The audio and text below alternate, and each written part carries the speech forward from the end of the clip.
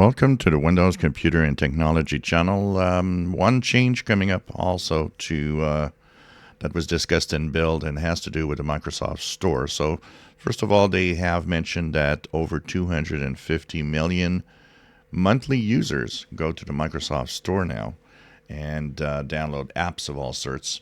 And of course, one of the things with the Microsoft Store is that some apps were done for the Microsoft Store directly and were either progressive web apps or apps in themselves.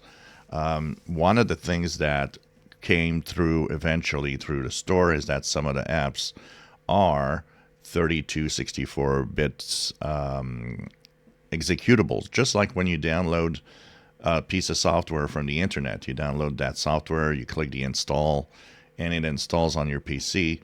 Well, there's a lot of apps that are coming and that are in the Microsoft Store now that are executables but installed through the store.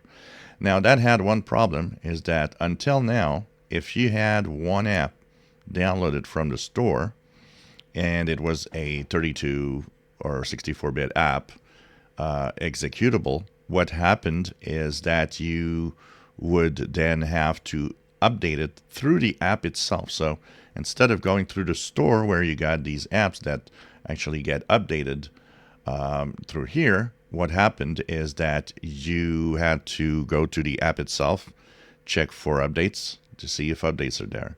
Now this is going to change. The apps, even 32, 64-bit executable apps that come through this Microsoft Store will update themselves through the store now. And there will be, of course, all the information about the last update you've had and so on, even progress bar. So this is going to be, I think, better because one of the things you want to do is have updates come through as easy as possible. So a lot of the executables will now update through the store, which I would guess could also open the door to more and more apps that we still go online and download actually appearing in the Microsoft Store. So I don't know if anybody now uses the store. I haven't talked about the Microsoft Store in a long time. It's been redesigned quite a lot and with a lot of changes. So I guess my question to you is, do you download some apps from the Microsoft Store, or is it still something that you don't really use and still go to the good old, I'm going to download my apps through whatever website it is coming from? If you enjoy my videos, please subscribe, give us thumbs up. Thank you for watching.